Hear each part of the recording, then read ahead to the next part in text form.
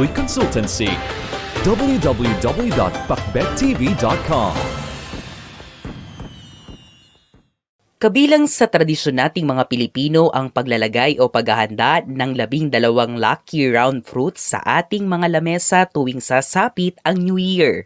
At ngayong New Year 2024, buhay na buhay pa rin ang tradisyong ito sa ating mga bahay at puso. Pinaniniwalaan kasi mga kapakbet na sa tulong ng 12 bilog na prutas, ikaw ay makakakamit ng swerte sa 12 buwan sa susunod na taon.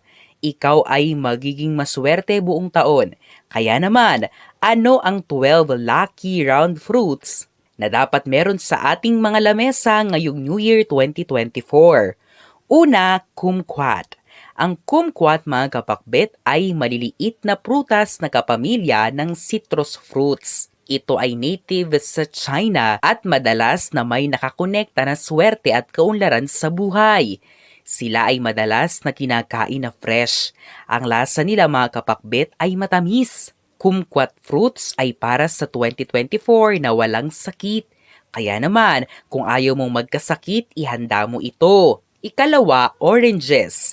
Ang mga oranges naman mga kapakbet ay ang prutas para sa swerte at pagbibigay kaligayahan sa inyo ngayong year 2024. Sa Chinese, ang salitang orange ay sounds familiar to the word luck at wealth para sa tangerines. At dahil dito, pinaniniwalaan na ang mga orange ay may good positive qualities. Kulay pa lang nito mga kapakbet ay sumisigaw na ng kaligayahan.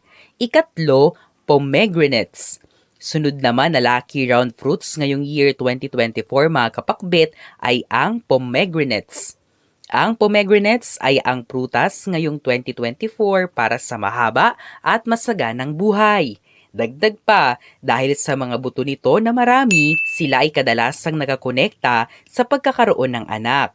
Ang kulay din nila ay kulay red na may kakayahang paalisin ang mga masasamang espiritu. Ito rin ay para sa swerte nyo sa 2024. Ikaapat, cantaloupe.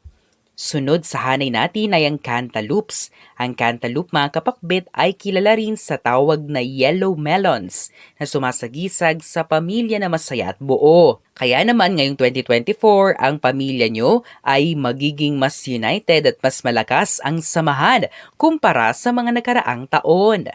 Ikalima, apples. Ang apples mga kapakbet ay kabilang din sa 12 lucky round fruits ngayong New Year 2024. Ang apples ay ang prutas na sumasagisag sa kapayapaan at kaligtasan.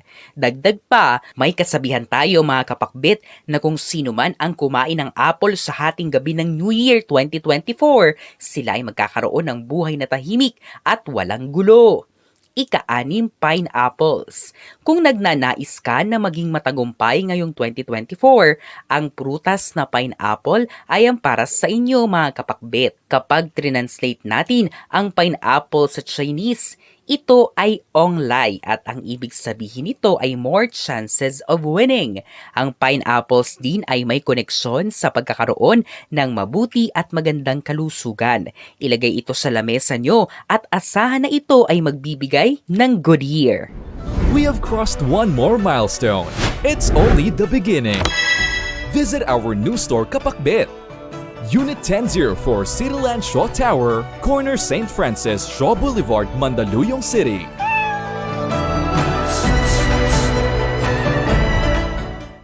Ikapito, grapes. Para naman sa mga grapes mga kapakbet, ito ang prutas para sa kaunlaran at kasaganaan. Meron din tayong tradisyon at paniniwala na nakapalibot sa mga grapes tuwing bagong taon. Sinasabi na ikaw dapat ay kumain ng 12 grapes sa hating gabi ng December 31 bago pumatak ang 12:01 para ikaw ay makatanggap ng swerte kada buwan sa 2024. Pwede nyo rin naman itong isabit o ilagay sa bintana. Ikawalo, mango. Sunod naman mga kapakbet ay ang mangga. Ang mangga ay ang fruit of happiness. Sa Southeast Asia, kabilang na ang bansang Pilipinas, ang mango fruit ay pinaniniwalaang tagapagbigay ng swerte. Isa ito sa mga prutas na dapat present sa lamesa nyo ngayong 2024. Ika-9, mangosteens. Ang mangosteens, mga kapakbet, ay ang prutas na sumisimbolo sa pagiging tapat, a fruit of honesty. Kaya naman, makakatulong ang mangosteens para ang 2024 nyo ay hindi mabahira ng kasinungalingan.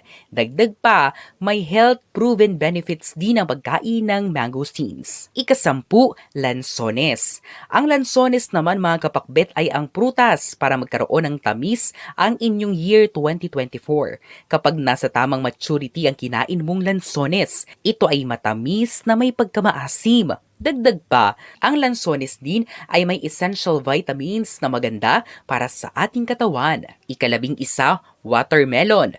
Sunod, mga kapakbet, ay ang prutas na watermelon. Isa ang watermelon sa mga prutas na laging nandyan sa ating lamesa tuwing New Year. At ngayong New Year, present pa rin ito, mga kapakbet. Sinisimbolo ng watermelon ang magandang buhay, love, abundance at fertility. Ika-12, lemons. At ang panghuling lucky round fruits ngayong 2024, mga kapakbet, ay ang lemons. Ang lemons ay kumakatawan sa longevity, purification, love at friendship.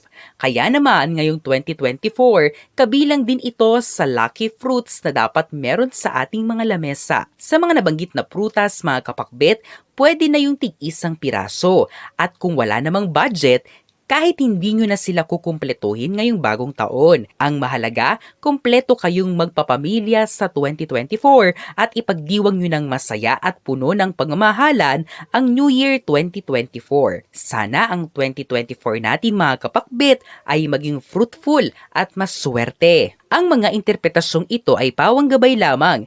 Nasa sa atin pa rin ang desisyon at tayo pa rin mismo ang may hawak ng ating kapalaran. Huwag po nating kalimutang magdasal at manalig sa may kapal. Hinding-hindi niya po tayo pababayaan. Huwag kalimutang mag-subscribe, i-like at i-share ang video ito sa inyong kapamilya at kaibigan. Maraming salamat sa panonood, mga kapakbet.